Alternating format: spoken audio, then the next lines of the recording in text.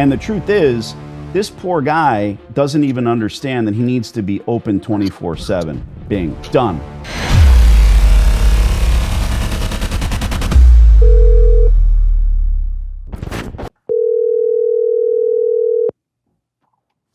Dennis speaking. Dennis, my name's Danny. I'm calling on some commercial space here in Bohemia, interested in leasing it from you. Okay. You've been communicating with my partner, Sean. Do you have an address, or do you have one here in particular? Very particular, yeah. Yes.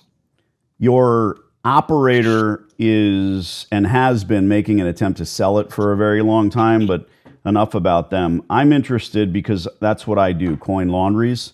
My partner and I have been in the business for over 20 years. I've got stores all over the tri-state area. And at the end of the day, I'm after infrastructure, gas, water, electric. I don't want to build a laundromat from scratch. I certainly don't want to buy one. And look, this particular store, I can go on and on ad nauseum about laundromats. The big deal is that about 60% of their equipment is broken. The stuff that does work is very aged, and they've kind of given up. They close the doors at 2:00 daily, sometimes 4, sometimes 6. It's just, and I'm not here to pick on them. At the end of the day, what you want is good tenants, and what I want is another good laundry. I'm after the infrastructure, and I don't know. I'm not here to take operators and throw them out the plate glass window. I can't do that. I don't want to do that. But if they've already failed, and that's what I see. Where did you see this was for sale, the laundromat? It's been on CRAISGSLIST. It's on Biz Sell. It's all for sale by owner stuff. He had it, interestingly, since you asked, he had it for sale by owner on Biz Sell a year ago. Again, we keep our fingers on the pulse of this stuff. It was $275,000. He said his cash flow is $72,000. And then now currently it's on Biz Sell again for $250,000. Cash flow is $88,000. So he's doing well. He's making a lot more money. I'm rich. I want to be clear. I don't know the guy. I have no idea if it's even a guy. I have no clue. I don't know. It's not, for me, it's a zero-sum game. I want to become a better tenant, spend a ton of money on washers and dry. I'll spend way more than $250,000 on equipment. But I won't buy the business, not for $1. I hope that makes sense. That actually makes sense to me. No, I understand. I'm not sure how you got to me. I mean, I don't really get involved with business sales. I represent the center for the vacancies.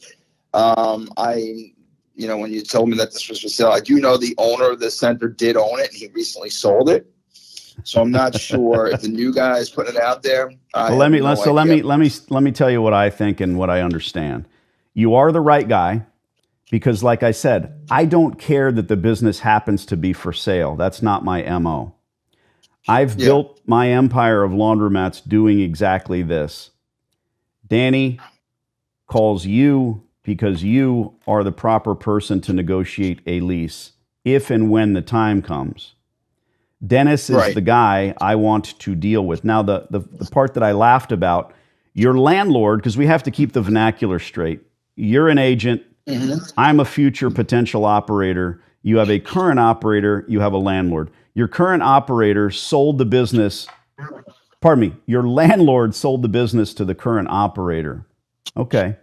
Right. Well, because of that very amount of money, whatever that amount is, he doesn't want to boot the guy out because it shows that he has failed. And tell me I'm wrong. Maybe I'm crazy.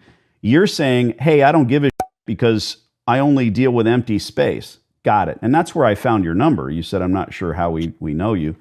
A couple suites down, there's your phone number on the empty space. Remember? So trust me, what your landlord wants is a good long-term tenant. We want to become that tenant, but we won't make the mistake that this operator did by buying the business at any price. Does that make sense? Understood. Yeah. No, I know what the angle you're coming from at is. What I would do is just have a discussion to see, if there is a possibility there of him defaulting on the responsibility, and if there's a kaboom. and any action that's going to be coming up soon on that, and see your if we car can gets start repossessed. doing the You don't go position. scream at the bank or beat up the bank teller. You blame your own circumstances. And the part that is ironic and unique and different about this, the landlord sold the business for X amount, and whatever X is, the landlord has to sit back and say, hey, you know what? It's your fault the place is failing. It's not my fault. And the truth is, this poor guy doesn't even understand that he needs to be open 24/7. Bing, done. You don't close your doors his posted hours are 6 p.m. Closing the doors 6 p.m. on a Sunday. Come on. Are you kidding me or what? Nobody's going to stand for Yeah. that. Well, you know more about that business than quite frankly, I do. So, I mean, I certainly would be able to, get a little bit more information as to where he stands and what, where he's at with the landlord to Please. just get a better feeling as to what if there could be something done there Right. with you taking position. But let me check my crystal ball. What I think will happen, again, because of the psychology of the fact that the landlord sold the business to this guy, he's going to have to be in serious arrears and default. Maybe the landlord has a management company outside of you. I'm not sure. Your business. I'm not asking. But I would love to go ahead and poke the sleeping bear and have you find out for me. Not inside baseball, not information I shouldn't be privy to. Like you said, I walked this business. It's a total wreck. It's a complete and utter joke. And the operator is going to blame himself for the failure. He's not going to blame the landlord or anybody else. But the landlord's eating off of this sale. If and when something changes, let us know. I'll call you in 30 days, and hopefully you will have found something out in a Monday meeting, and maybe you can give me a little bit of information regarding when we might be able to talk.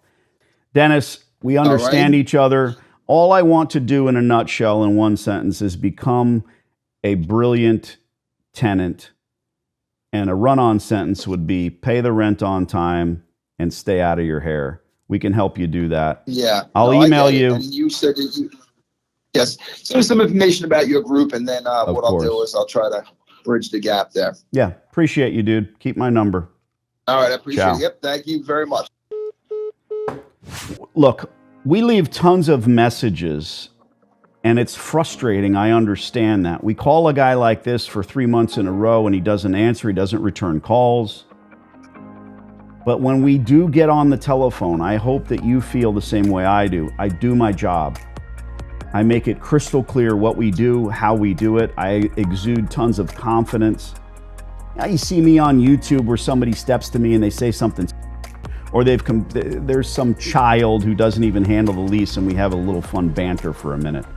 When I get the right person on the phone who's going to go into the landlord, and you understand here, this is what I do. It's a great conversation. He hangs up the phone, and my only goal is to make him think, wow, that's the tenant we need here. Yeah, absolutely.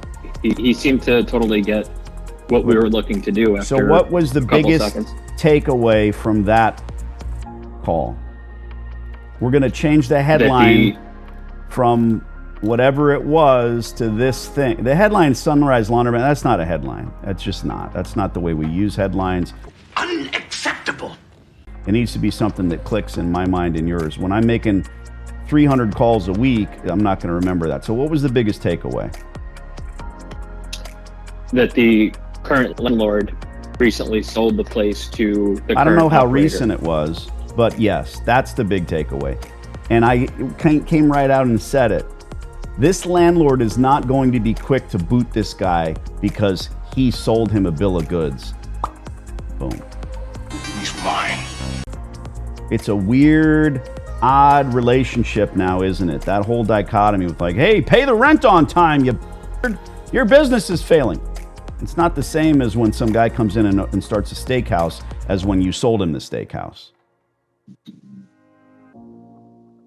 Absolutely, and I was curious why the current operator didn't retool the place, because the equipment, every machine worked, but it's all very old equipment. So I was kind of curious why they weren't retooling the store. I mean, the equipment looks 15 because plus they're years not old making any money and they don't understand. So here's the thing. We retool every time that we sign a lease. This guy can't retool because he doesn't have the money because he bought the business. Big mistake. Exactly. It's a catch-22, right? People also say a double-edged sword. Well, this guy's going to end up falling on his sword.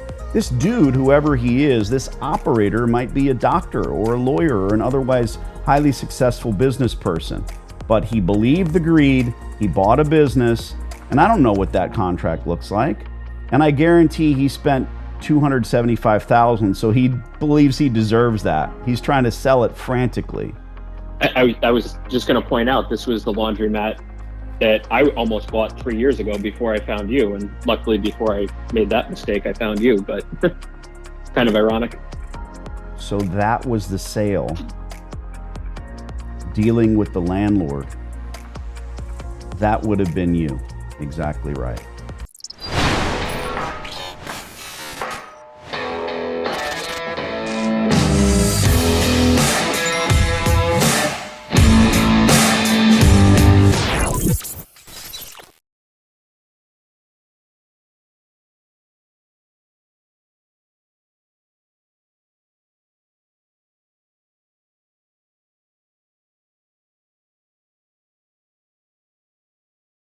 I'm pretty sure this hot water heater's got a few more good years left in it.